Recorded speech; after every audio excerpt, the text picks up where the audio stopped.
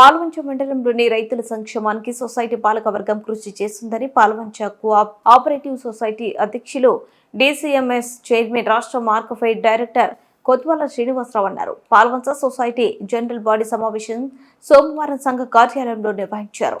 ఈ సమావేశంలో మండలంలోని రైతులు, సొసైటీ సభ్యులు, పాలకవర్గ సభ్యులు, అధికారులు పాల్గొన్నారు.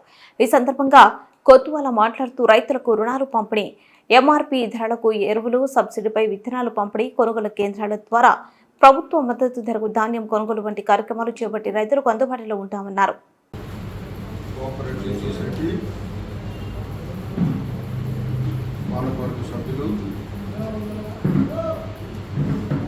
సొసైటీ అధ్యక్షుడు నాంపల్లి వెంకటేష్ గారు,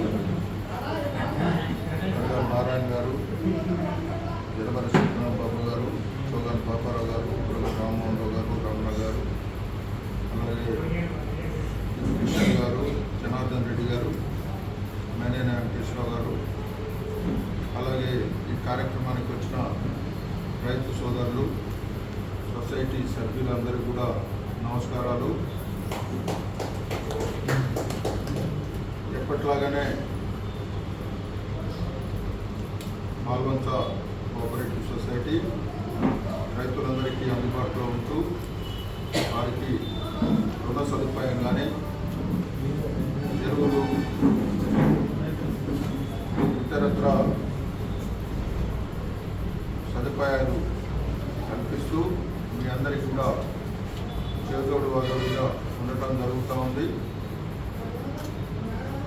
ఇటీవల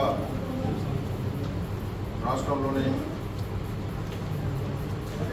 తెలంగాణ ప్రభుత్వం రైతులకు 2 లక్షల రూపాయలు ఒకేసారి రుణమాఫీ పథకం చేపట్టి అర్హులైన రైతులందరికీ కూడా రుణమాఫీ కల్పించి వారికి తిరిగి రుణాలు ఇవ్వడం జరుగుతాం.